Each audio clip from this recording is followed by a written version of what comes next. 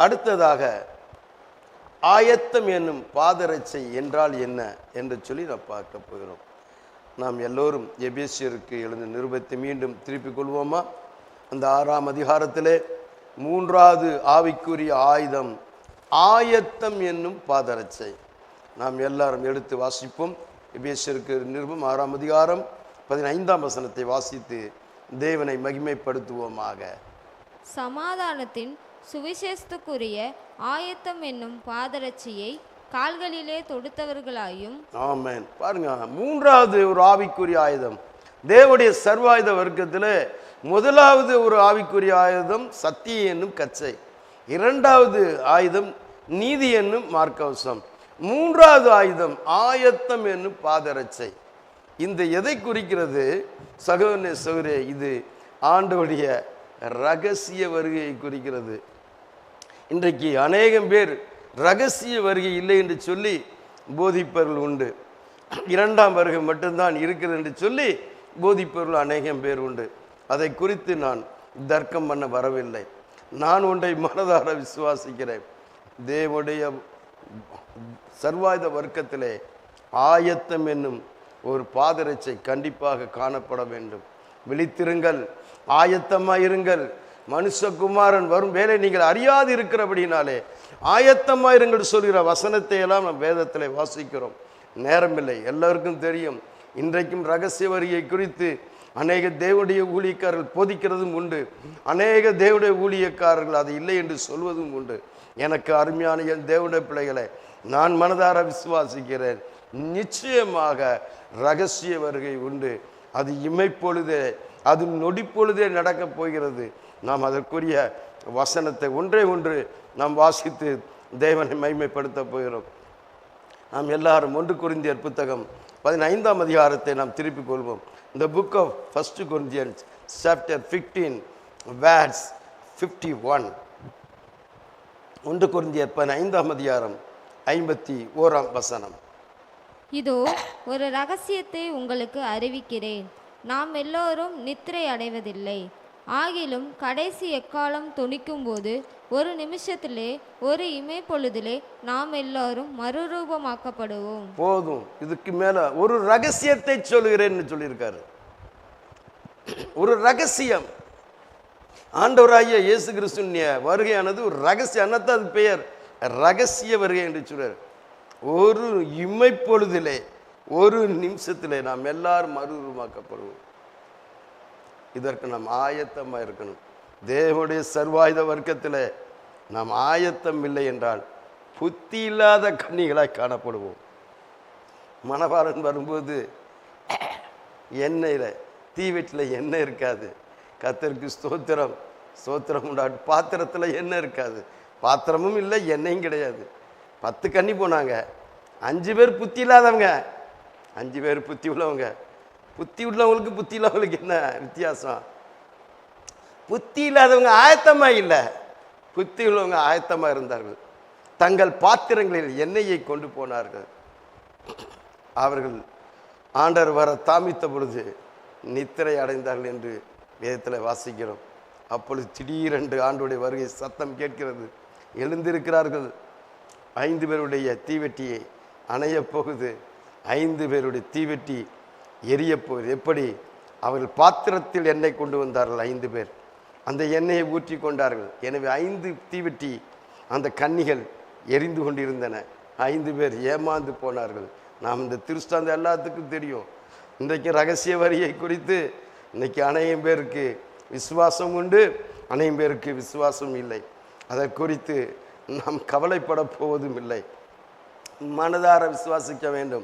தேவனுடைய சர்வாயுத வர்க்கத்திலே நடு ராத்திரியிலே மணவாளன் வருகிறார் என்ற சத்தம் கேட்கத்தான் போகிறது. அந்த வசனத்தை வாசிப்போமா? மத்தேயு 25ஆம் அதிகாரத்தை நாம் எல்லோரும் திருப்பிக் கொள்வோம். மத்தேயு 25ஆம் அதிகாரத்திலே அந்த ஒரே ஒரு வசனத்தை வாசித்து நாம் அடுத்த இதுக்குள் கடன் செல்ல கர்த்தர் கிருபை பாராட்டுவாராக. மத்தேயு எழுதின சுவிசேஷம் 25ஆம் அதிகாரம் 6ஆம் வசனம். நடுராத்திரியிலே இதோ மணவாளன் வருகிறார், அவருக்கு எதிர்கொண்டு போக புறப்படுங்கள் என்கிற சத்தம் உண்டாயிற்று. இதோ மணவாளன் வருகை, அவர் எதிர்கொண்டு போக போறோம் நம்ம. அதான் ரகசிய வருகை. இரண்டாம் வருகை அப்படி இல்லை. கர்த்தருக்கு ஸ்தோத்திரம். அது பூமியில வந்து இறங்குவார், ஒளிவு மறையிலே வந்து இறங்குவார், அநேகமாயிரம் பரிசுத்தவான்கள் வந்து இறங்குவார், அந்தி கிறிஸ்துவை ஜெயிப்பார். கர்த்தருக்கு ஸ்தோத்திரம். ரகசிய வருகை அப்படி அல்ல. நடுராத்திரியிலே இதோ மணவாளன் வருகிறார், அவருக்கு எதிர்கொண்டு போக புறப்படுகிற சத்தம் உண்டாயிற்று என்று வேதத்தில் எழுதப்பட்டிருக்கிறது. ஒரு ரகசியத்தை உங்களுக்கு அறிவிக்கிறேன் என்று அப்போஸ்தலன் பவுல் எழுதுகிறார். எனவே ஆயத்தம் பாதரட்சி என்பது ரகசிய வருகைக்கு ஆயத்தமாய் இருப்பது. ஆனால் தான் ஆண்டவர் சொல்வார், பாருங்கள், அதே அதிகாரத்திலே 44ஆம் வசனத்தை வாசிப்போம். மத்தேயு 24:44. The book of Matthew chapter 24 verse 44. நீங்கள் நினையாத நாளிகையிலேயே மனுஷகுமாரன் வருவார், ஆதலால் நீங்களும் ஆயத்தமாயிருங்கள். நினையாத நாளிலே வருவார், ஆயத்தமாயிருங்கள். இதுதான் மூணாவது ஆயுதம், ஆவிக்குரிய ஆயுதம். தேவனுடைய சர்வாயுத வர்க்கத்திலே மூணாவது ஆயுதத்திலே நாம் எடுத்துக்கொள்ள வேண்டும். சாத்தானை ஜெயிக்க வேண்டும், சாத்தானுடைய தந்திரங்களை முறியடிக்க வேண்டும். அவன் தந்திரமாய் சொல்கிறான், ரகசிய வரிகளாம் கிடையாது என்று சொல்லி அவன் தந்திரமாய் போதித்து கொண்டிருக்கான். சகோதரனே சகோதரியே, ஏமாந்து விடாதீர்கள். அந்த 5 புத்தி இல்லாத கன்னியை போல ஏமாந்து விடாதீர்கள். புத்தியுள்ள கன்னிகளாய் இருக்கும்படி நீங்கள் ஆயத்தமாக இருங்கள். ரகசிய வருகைக்கு ஆயத்தமாக இருங்கள். என் மணவாளன் எப்போது வருவார் என்று சொல்லி ஒவ்வொரு நாளும் ஆயத்தமாக இருங்கள். பாதரட்சைகளை தொடுத்துக் கொள்ளுங்கள். மூன்றாவது ஆவிக்குரிய ஆயுதத்தை எடுத்துக்கொள்ளுங்கள். சாத்தானை எதிர்த்து நின்று ஜெயியுங்கள், பரலோக ராஜ்யத்தில் பிரவேசியுங்கள் என்று சொல்லி வேதம் நமக்கு போதிக்கிறது. அடுத்ததாக நேரம் இல்லாதபடி நான் அடுத்த ஆயுதத்துக்கு போவோம். விசுவாசம் என்ன கேடகம். தேவன் விசுவாசத்தினாலே நம்மை ரட்சித்தார். கிருபையினாலே விசுவாசத்தை கொண்டு நம்முடைய ஆத்துமா ரட்சிக்கப்பட்டிருக்கிறது. நன்றாக கவனிகள், மீண்டும் சொல்கிறேன். கிருபையினாலே விசுவாசத்தை கொண்டு நம்முடைய ஆத்துமா ரட்சிக்கப்பட்டிருக்கிறது. ஆத்துமா மீட்பு அருமையானது. உங்கள் விசுவாசத்தின் பலனாகிய ஆத்துமா ரட்சிப்பை அடைந்திருக்கிறது என்று சொல்லி வேதம் சொல்லியிருக்கு. ஏனென்றால் ஒரு சில வசனங்களை வாசிப்போமா? எபேசியருக்கு நிருபம் 2ஆம் அதிகாரத்தை நாம் எடுத்துக்கொள்வோம். எபேசியருக்கு எழுதின நிருபம் 2ஆம் அதிகாரத்தை நாம் திருப்பிக் கொள்வோம். The book of Ephesians chapter 2 verse 8. எபேசியருக்கு நிருபம் 2ஆம் அதிகாரம் 8ஆம் வசனத்தை வாசிப்போம். கிருபையினாலே விசுவாசத்தை கொண்டு ரட்சிக்கப்பட்டீர்கள், இது உங்களால் உண்டானதல்ல, இது தேவனுடைய ஈவு. பாருங்க, கிருபையினாலே விசுவாசத்தை கொண்டு ரட்சிக்கிறது. எது? நம்முடைய ஆத்துமா. நம்முடைய ஆத்துமா தான் ரட்சிக்கப்பட்டிருக்கிறது, ஜீவனை தரித்து கொண்டு இருக்கிறது. ஆனால் சரீரத்தினுடைய ரட்சிப்புக்காக காத்து கொண்டு இருக்கிறோம். சரீர மீட்புக்காக நாம் காத்து கொண்டு இருக்கிறோம். இப்படி ரட்சிப்பு எங்கே இருக்கிறது? ஆத்துமாவில் இருக்கிறது. நாம் இன்னொரு வசனத்தை வாசிப்போமா? 1 பேதுரு புத்தகம் 1ஆம் அதிகாரம் 9ஆம் வசனத்தை நாம் வாசிக்க போகிறோம். The book of 1 Pedro chapter 1 verse 9. 1 பேதுரு அப்போஸ்தலனாகிய பேதுரு எழுதின பொதுவான முதலாம் நிருபம் 1ஆம் அதிகாரம் 9ஆம் வசனம். ஆமென். உங்கள் விசுவாசத்தின் பலனாகிய ஆத்தும ரட்சிப்பை அடைகிறீர்கள். ஆமாம், ஆத்தும ரட்சிப்பு. கர்த்தருக்கு ஸ்தோத்திரம். சங்கீதத்தில் பார்த்துக்கலாம், ஆத்தும மீட்பு என்று எழுதப்பட்டிருக்கிறது. ரட்சிப்பு என்பது கிறிஸ்துவின் ஜீவனை நாம் மறுபடி பெற்றுக்கொண்டோம், அதான் ரட்சிப்பு. ஆத்துமாவிலே இன்றைக்கு கிறிஸ்துவின் ஜீவன் வாசமாய் கொண்டிருக்கிறது. என் மாம்சத்தை ரத்தத்தை புசிக்கிறவனுக்கு நித்திய ஜீவன் உண்டு, அவனை கடைசி நாளில் எழுப்புவேன் என்று சொன்னார். ஜீவனை நம்முடைய ஆத்துமா தரித்து கொண்டிருக்கப்படினாலே நம்முடைய ஆத்துமா ரட்சிக்கப்பட்டிருக்கு சொல்லி நாம் இங்கே வாசிக்கிறோம். உங்கள் விசுவாசத்தின் பலனாகிய ஆத்தும ரட்சிப்பை அடையுங்கள் என்று சொல்லி வாசிக்கிறோம். இது கிருபையினாலே கொடுக்கப்பட்டது, இது இலவசமாய் கொடுக்கப்பட்டது. தேவன் நம்மளை தேடி வந்து அதை கொடுத்தார். ஆனால் தேவனுடைய சர்வாயுத வர்க்கத்தில் சொல்லப்பட்டிருக்குது, விசுவாசம் என்ன கேடகம். இதை நம்ம தான் தூக்கி பிடிக்கணும். கர்த்தருக்கு ஸ்தோத்திரம். அது என்ன கேடகம்? என்ன? கிறிஸ்துவை வாயினாலே அறிக்கை செய்தல்,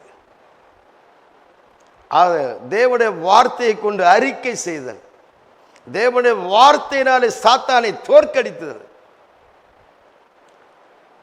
ஆண்டவர் பசியோடு இருந்தார். உபவாசம் இருந்த பின்பு சாத்தான் வந்தான். நம்ம எல்லாருக்கும் தெரியும், நீ தேவனுடைய குமாரன் ஆனால் இந்த கல்லுகளை அப்பமாவடி என்று சொன்னார். உடனே ஆண்டவர் அப்படி திரும்பி பார்த்து சாத்தானை பார்த்து சொன்னார், மனுஷன் அப்பத்தினாலே மாத்திரம் அல்ல, அப்படின்னா என்ன, அப்பத்தினாலும் பிழைப்பான், அதை காட்டிலும் தேவனுடைய வார்த்தையினாலே பிழைப்பான் என்று சொன்னார். இங்கே விசுவாசம் என்னும் கேடகத்தை பார்க்கிறோம். தேவனுடைய வார்த்தையினாலே பிழைப்பான் என்று கிறிஸ்து சொன்னார். அதே அப்போஸ்தலன் பவுல் சொல்றார், என்னை பலப்படுத்துகிற கிறிஸ்துவினாலே எல்லாவற்றையும் செய்ய எனக்கு பலன் உண்டு என்று சொல்கிறார். தேவனுடைய வார்த்தையை எப்பொழுது நாம் விசுவாசத்தோடு அறிக்கை இடுகிறோமோ அப்பொழுதெல்லாம் அந்த விசுவாசம் என்னும் கேடகம் செயல்படுகிறது. தேவனுடைய அந்த சர்வாயுத வர்க்கத்தை தரித்துக் கொண்டு எடுத்துக்கொண்டு சாத்தானை எதிர்த்து நிற்கிறோம். நாம் வேதத்தில் வாசிக்கிறோம், பிசாசை எதிர்த்து நிற்கணும்னு சொன்னே. எப்படி எதிர்த்து நிற்பது? தேவனுடைய வார்த்தையினாலே. நம்முடைய சூழ்நிலைகள் நமக்கு பாதகமாக இருக்கலாம், நம்முடைய காரியங்கள் குறைபட்டதாக காணப்படுகலாம். அந்த நேரத்தில் எல்லாம் தேவனுடைய வார்த்தையை நாம் எடுத்துக்கொள்ள வேண்டும். நாம் என்றால் ஒரு வசனத்தை வாசிப்போமா? கர்த்தருக்கு ஸ்தோத்திரம். பிலிப்பியர் 4ஆம் அதிகாரம் 13ஆம் வசனத்தை வாசிப்போம். பிலிப்பியருக்கு நிருபம் 4ஆம் அதிகாரம் 13ஆம் வசனம். என்னை பலப்படுத்துகிற கிறிஸ்துவினாலே எல்லாவற்றையும் செய்ய எனக்கு பலன் உண்டு. ஒரு ஆமென் சொல்லுவோமா? கர்த்தருக்கு ஸ்தோத்திரம் உண்டாகும். என்னை பலப்படுத்துகிற கிறிஸ்துவினாலே, பார்த்தீங்களா, என்னை பலப்படுத்துகிற கிறிஸ்துவினாலே எல்லாவற்றையும் செய்ய எனக்கு பலன் உண்டு. இதை அவர் எழுதும் பொழுது அவர் 11ஆம் வசனத்தில் இப்படியாக சொல்கிறார், என் குறைச்சலினால் இப்படி சொல்கிறதில்லை. பாருங்க, அவருக்கு குறை இருந்தது அப்போஸ்தலன் பவுலுக்கு. ஏனெனில் நான் எந்த நிலைமையில் இருந்தாலும் மனரம்யமாய் இருக்க கற்றுக்கொண்டேன். அடுத்த வசனத்தை பாருங்க, தாழ்ந்திருக்கும் எனக்கு தெரியும், வாழ்ந்திருக்கும் எனக்கு தெரியும், எவ்விடத்திலும் எல்லாவற்றையும் திருப்தியா இருக்கும், பட்டினியா இருக்கும், பரிபூர்ணப்படும், குறைவு போதிக்கப்பட்ட என்று சொன்ன பின்பு சொல்றாரு, என்னை பலப்படுத்துகிற கிறிஸ்துவினாலே எல்லாவற்றையும் செய்ய எனக்கு பலன் உண்டு சொல்றாரு. அந்த விசுவாச வார்த்தை வாயிலிருந்து புறப்படுகிற அந்த வார்த்தை, சாத்ராக் மேஷாக் ஆபேத்நேகோ சொன்னார்கள், நாங்கள் ஆராதிக்கிற தேவன் எங்களை தப்புவிக்க வல்லவராய் இருக்கிறார் என்று சொன்னார்கள். அந்த வார்த்தை, விசுவாசம் என்னும் வார்த்தை எப்பொழுதெல்லாம் கடந்து வருகிறதோ அப்பொழுதெல்லாம் அந்த விசுவாசம் என்னும் கேடகம் உயர்த்தி காட்டப்படுகிறது. ஆனால் சூழ்நிலை அப்பொழுது நம்மளுக்கு பாதகமாக இருக்கும். நன்றாக இருக்கிற நேரத்தில் தேவனுடைய வார்த்தை சொல்வது வேறு, சூழ்நிலை பாதகமாக இருந்து சொல்வது வேறு. இயேசு கிறிஸ்துவுக்கும் சோதனை ஏற்பட்டது. கர்த்தருக்கு ஸ்தோத்திரம். அநேக நேரங்களிலே சிலுவையில் அவர் தொங்கிக் கொண்டு இருக்கும்போது சொல்வான், ஒரு சாத்தான் சொல்வான், ஒரு மனிதன் மூலமாக சொல்வான், நீ கிறிஸ்துவனால் சிலுவை விட்டு இறங்கி வாருன்னு சொல்வான். பாருங்க, கர்த்தருக்கு ஸ்தோத்திரம் உண்டாட்டும். ஆண்டவர் அதற்கு மறுபுத்திரம் கொடுக்க மாட்டார். பிதாவை நோக்கி சொல்வார், என் ஆவியை உங்கள் கரங்களில் ஒப்புக் கொடுக்கிறேன் என்று சொன்னார். எல்லாம் முடிந்தது, எல்லாம் முடிந்தது என்று ஒரு விசுவாச அறிக்கையோடு தன்னுடைய வாழ்க்கையை ஓட்டி முடித்தார். ஜெயித்தார், சிலுவையிலே ஜெயித்தார் ஆண்டவர். நம்முடைய விசுவாசமே உலகத்தை ஜெயிக்கிற ஜெயம் என்று சொல்லி எழுதப்பட்டிருக்கு. 1 யோவான் புத்தகம் 5ஆம் அதிகாரம் 4ஆம் வசனத்தை நாம் வாசிக்கிறோம். 1 யோவான் புத்தகம் 5ஆம் அதிகாரம் 4ஆம் வசனத்தை வாசித்து நாம் அடுத்த ஆயுதத்துக்குள் கடைசியில் கர்த்தர் கிருபை தருவாராக. 1 யோவான் 5ஆம் அதிகாரம் 4ஆம் வசனம். தேவனால் பிறப்பதெல்லாம் உலகத்தை ஜெயிக்கும், நம்முடைய விசுவாசமே உலகத்தை ஜெயிக்கிற ஜெயம். ஆமா, நம்முடைய விசுவாசம் என்ன? விசுவாச அறிக்கை, விசுவாச கேடகம். அந்த வார்த்தை, கர்த்தருடைய வார்த்தை சொல்வது, உச்சரிப்பது, அதை சத்துருக்கு முன்பாக உச்சரிப்பது. இயேசு கிறிஸ்து அப்படித்தான் செய்தார் சாத்தானுக்கு முன்பாக.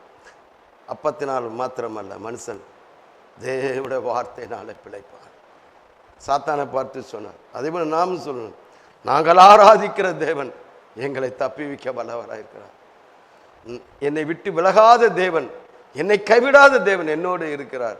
உலகத்தின் சகல நாட்களும் என்னோடு இருக்கிறவர். என்னை நடத்துவார், என்னை போஷிப்பார், இந்த சூழ்நிலையில் இருந்து என்னை விடுவிப்பார் என்ற அந்த விசுவாச வார்த்தை, நாவிலே வருகிற அந்த வார்த்தை தான் விசுவாச கேடகம் என்று எழுதப்பட்டிருக்கிறது.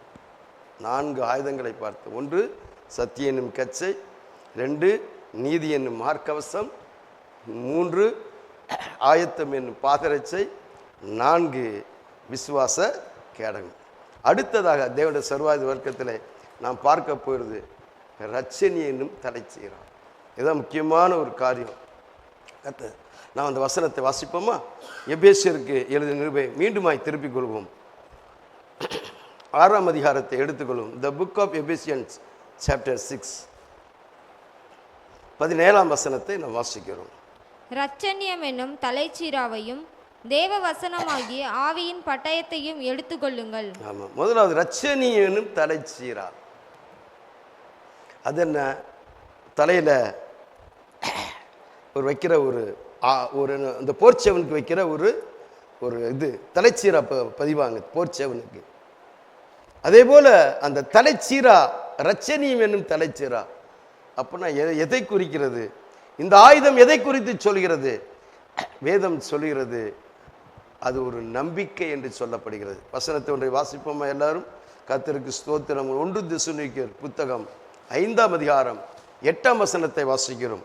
இரட்சணியம் என்னும் தலைச்சீரா எதை குறிக்கிறது என்று சொல்லி அந்த பகுதியிலே நாம் வாசிக்கிறோம். 1 தெசலோனிக்கேயர் புத்தகம் 5ஆம் அதிகாரம் 8ஆம் வசனத்தை நாம் வாசிக்கிறோம்.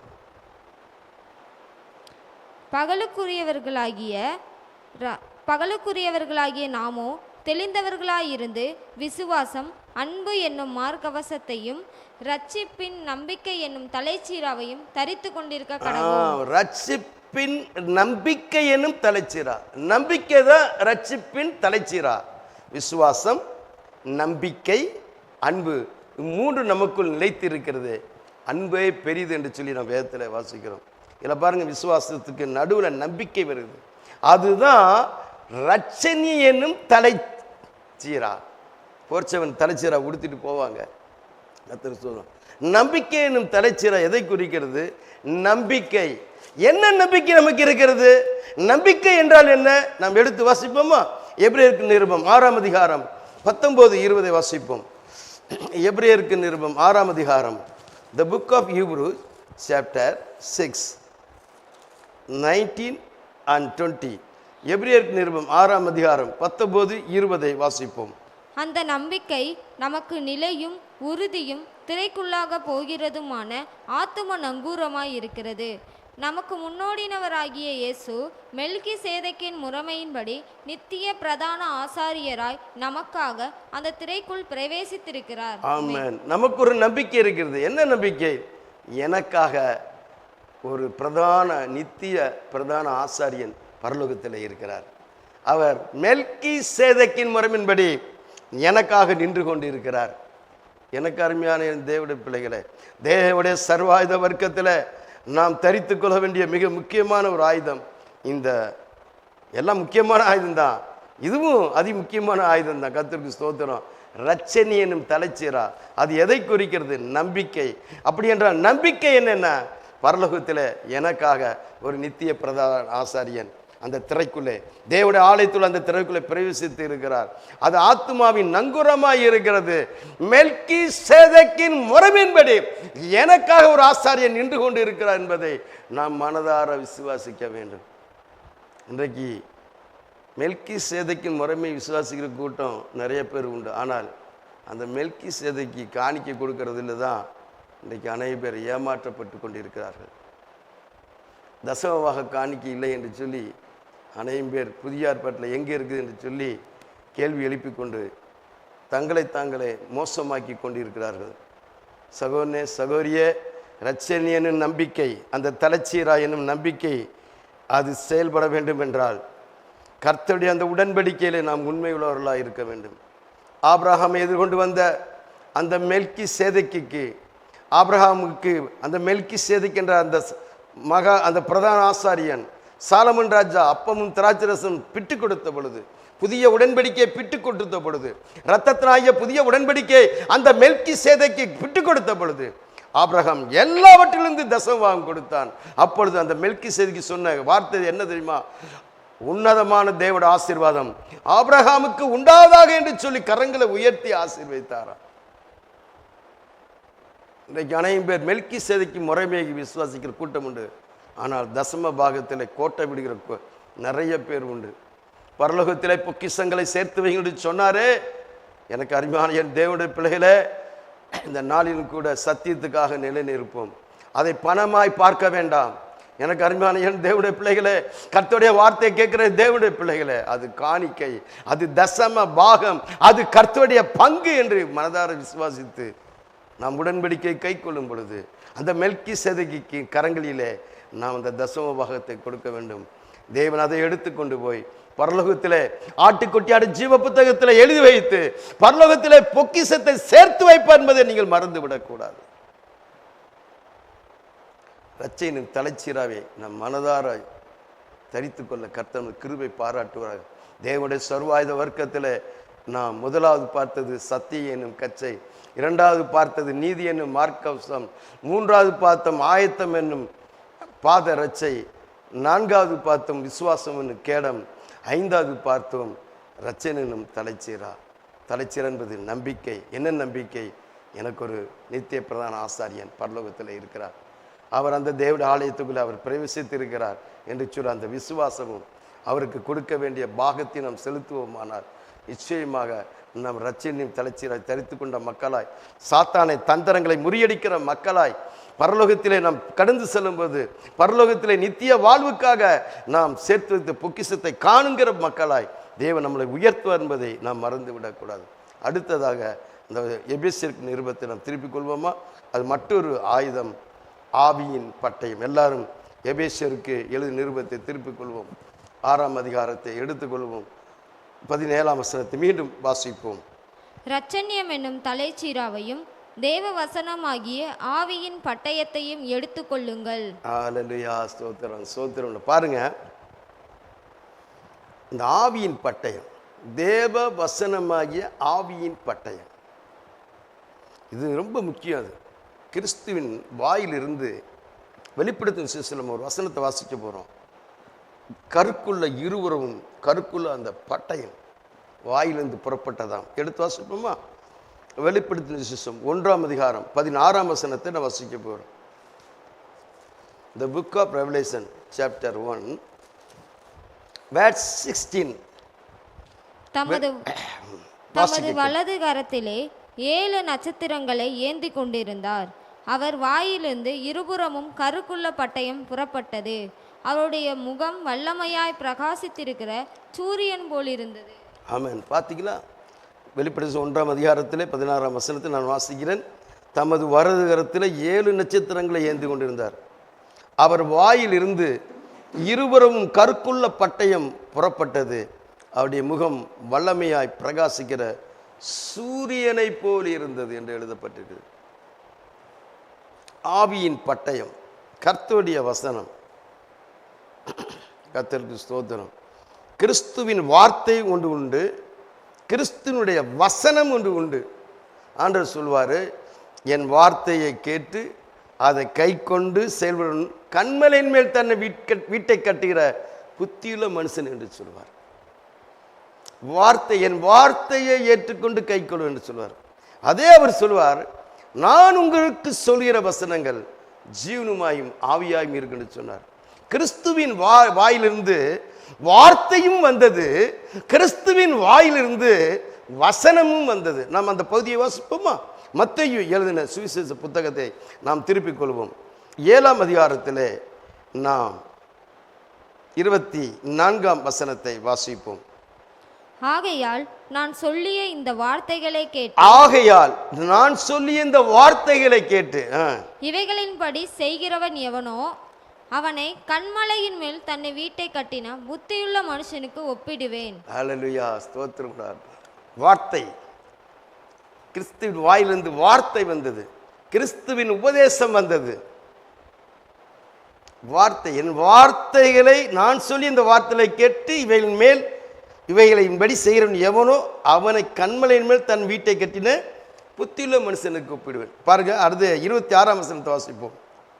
நான் சொல்லிய இந்த வார்த்தைகளை கேட்டு இவைகளின்படி செய்யாதிருக்கிறவன் எவனோ அவன் தன் வீட்டை மணலின் மேல் கட்டின புத்தி இல்லாத மனுஷனுக்கு ஒப்பிடப்படுவான். ஆண்டோடைய வார்த்தையை கேட்டு செய்யாமல் இருந்தா மணலின் மேல் தன் வீட்டை கட்டின புத்தி இல்லாத மனுஷன் இருப்பான். வார்த்தை. இன்னொரு பாருங்க, ஆண்டோடைய வாயிலிருந்து வசனம் வந்தது.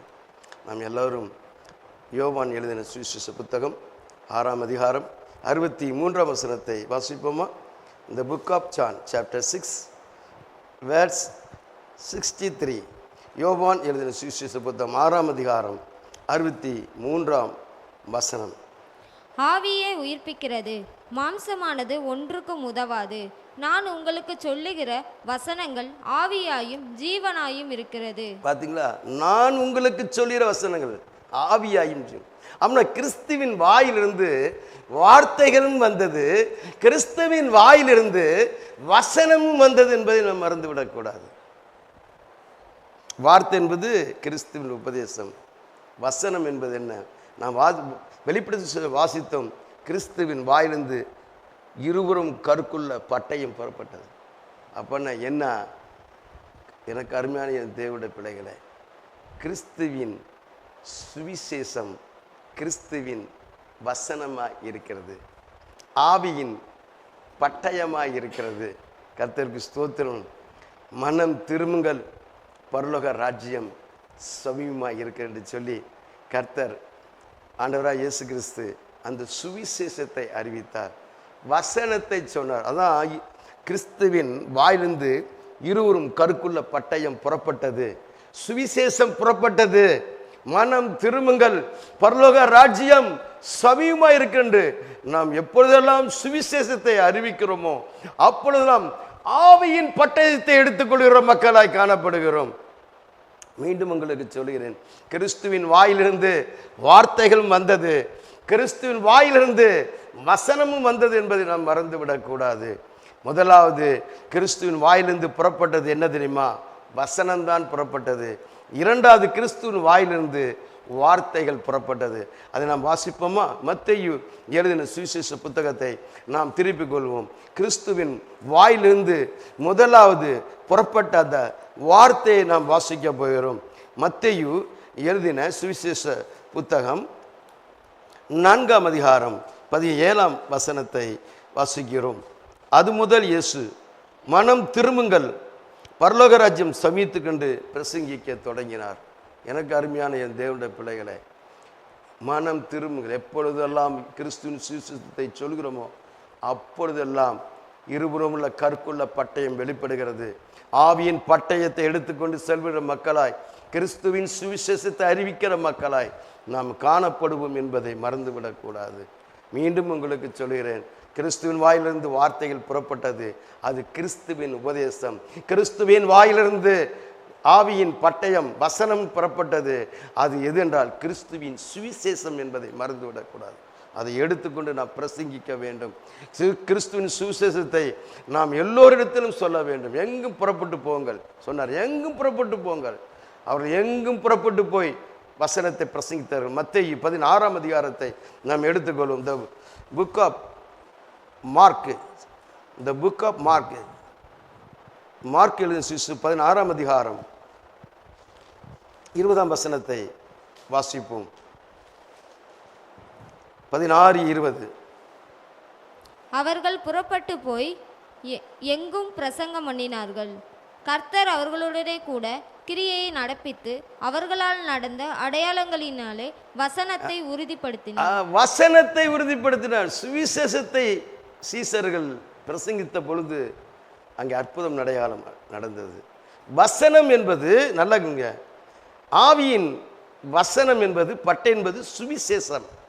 நாம் எப்பொழுதெல்லாம் சுவிசேஷம் அறிவிக்கிறோமோ அப்பொழுதெல்லாம் ஆவியின் பட்டத்தை எடுத்துக்கிற மக்களாய், தேவனுடைய சர்வாத வர்க்கத்தை தரித்து கொண்ட மக்களாய் காணப்படுகிறோம் என்பதை மறந்துவிடக்கூடாது. இன்றைக்கு 6 ஆயத்தை பார்த்துட்டோம். ஆமாம், முதல் திருமஞ்சுரை, முதல் தேவனுடைய சர்வாத வர்க்கம் சத்தியம் என்னும் கச்சை, இரண்டாவது சர்வாத வர்க்கம் நீதி என்னும் மார்க்கவசம், மூன்றாவது சர்வாத வர்க்கம் ஆயத்தம் என்னும் ஒரு பாதரட்சை, அது 3வது ஆயத்தம், 4வது ஆயத்தம் விசுவாசம் என்னும் கேடகம் கர்த்தர், 5வது இரட்சணை என்னும் தலைச்சீரா, 6வது ஆவியின் பட்டயம் கிறிஸ்துவின் வசனம். சுவிசேஷத்தை நாம் சொல்லும் பொழுது ஆவியின் பட்டயத்தை எடுத்துக்கொள்ள மக்களாய் காணப்படுகிறோம். 7வது நாம் வாசிக்க போகிறோம், எடுத்து வாசிப்போம். எபேசியருக்கு எழுதின நிருபம் 6ஆம் அதிகாரம். அந்த 6ஆம் அதிகாரத்திலே நாம் கடைசி ஆயத்தை நாம் பார்க்க போகிறோம். 18ஆம் வசனத்தை வாசிப்போம். எந்த சமயத்திலும் சகலவிதமான வேண்டுதலோடும் விண்ணப்பத்தோடும் ஆவியினாலே ஜெபம் பண்ணி அதன் பொருட்டு மிகுந்த மன உறுதியோடும் சகல பரிசுத்தவான்களுக்காகவும் பண்ணும் வேண்டுதலோடும் விழித்து கொண்டிருங்கள். அடுத்து என்ன? விழித்து இருப்பது என்னது? ஆவியிலே ஜெபம் பண்ண வேண்டும். அதுக்காக தான் பரிசுத்த ஆவியை பெற்றுக்கொள்ள வேண்டும். சீசனை பார்த்து ஆண்டவர் சொல், உன்னத பலன் வரும் வரை நீங்கள் எருசலேமிலே காத்திருங்கள் என்று சொல்வார். லூக்கா எழுதின சுவிசேஷ புத்தகத்தை நாம் திருப்பிக் கொள்வோம். கடைசி இந்த ஆயுதத்தை நாம் பார்க்கிறோம். லூக்கா எழுதின சுவிசேஷ புத்தகம் 24ஆம் அதிகாரம் 49ஆம் வசனத்தை நாம் வாசிக்க போகிறோம். The book of Luke chapter 24 verse 49. கடைசியாக 7வது ஆயுதம் ஆவியினாலே ஜெபம் பண்ணுதல். எடுத்து வாசிப்போம். எபேசியர் 6ஆம் அதிகாரம் 18ஆம் வசனத்தை வாசித்து தேவனை மகிமைப்படுத்துவோமாக. எந்த சமயத்திலும் சகலவிதமான வேண்டுதலோடும் விண்ணப்பத்தோடும் ஆவியினாலே ஜெபம் பண்ணி அதன் பொருட்டு மிகுந்த மன உறுதியோடும் சகல பரிசுத்தவான்களுக்காகவும் பண்ணும் வேண்டுதலோடும் விழித்து கொண்டிருங்கள். ஆவியினாலே ஜெபம் பண்ணி சகல பரிசுத்தவான்களுக்காக வேண்டுதல் செய்து நாம் விழித்து கொண்டிருக்க வேண்டும்.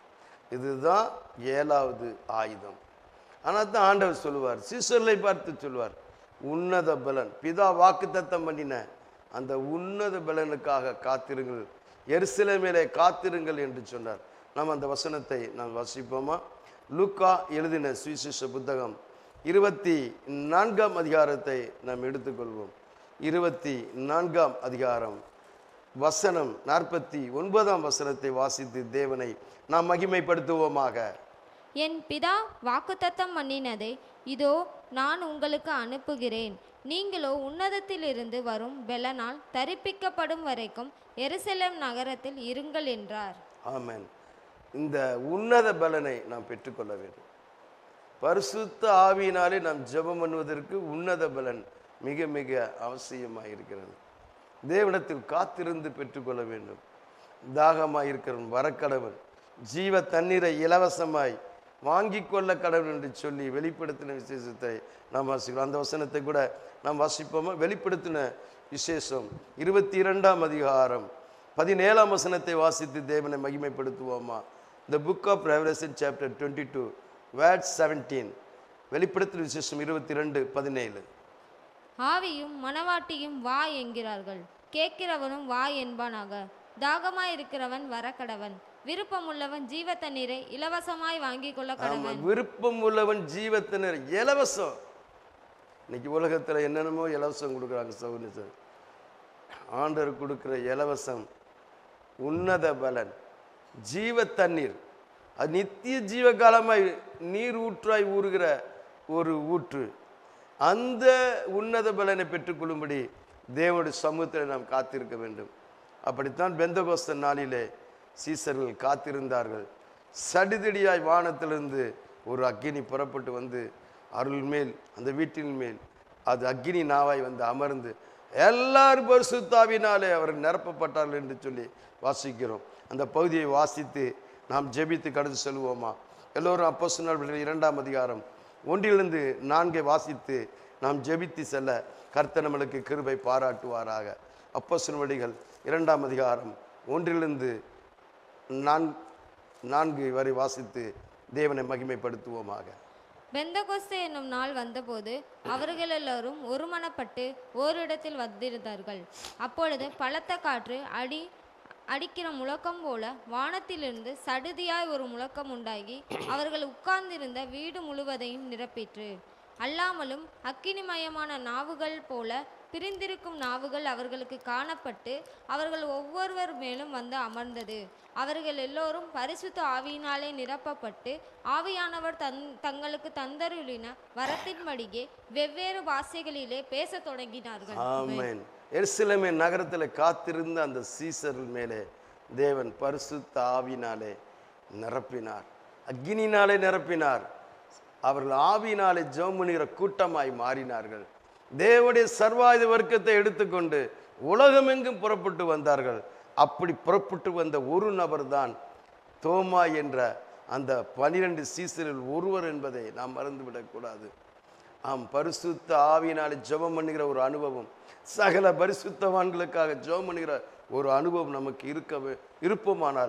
இருக்குமானால் நாம் தேவனுடைய சர்வாயுத வர்க்கத்தை தரித்து கொள்கிற ஜனமாய் ஊழியக்காரனாய் இருப்போம் என்பதை மறந்து விடக்கூடாது. எனக்கு அருமையான என் தேவனுடைய பிள்ளைகளை, 7 ஆயுதங்களை குறித்து பார்த்தோம். தேவனுடைய சர்வாயுதத்தில் 7 ஆயுதங்களை மீண்டும் நான் உங்களுக்கு சொல்லி நாம் ஜெபிக்க போகிறேன். சாத்தானுடைய தந்திரங்களை எதிர்த்து நிற்கத்தக்கதாக, அவருடைய கூட்டத்தோடு எதிர்த்து நின்று ஜெயங்கொள்ளத்தக்கதாக இந்த 7 ஆயுதங்களை தேவன் நமக்கு கொடுத்திருக்கிறார்.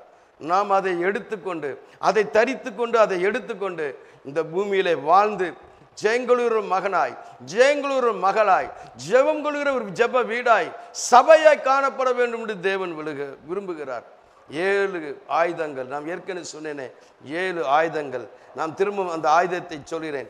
சத்தியம் என்னும் கச்சை 1, 2 நீதி என்னும் மார்க்கவசம் 2, 3 ஆயத்தம் என்னும் பாதரட்சை, 4 விசுவாசம் என்னும் கேடகம், 5 இரட்சணை என்னும் தலைச்சீரா, 6 தேவவசனம் ஆவியின் பட்டயம், 7 ஆவியினாலே ஜெபம் பண்ணி தேவனுக்காக வாழுதல், சகல பரிசுத்தவான்களுக்காக பண்ணும் வேண்டுதலோடு விழித்து கொண்டிருக்கிற இந்த அனுபவம்.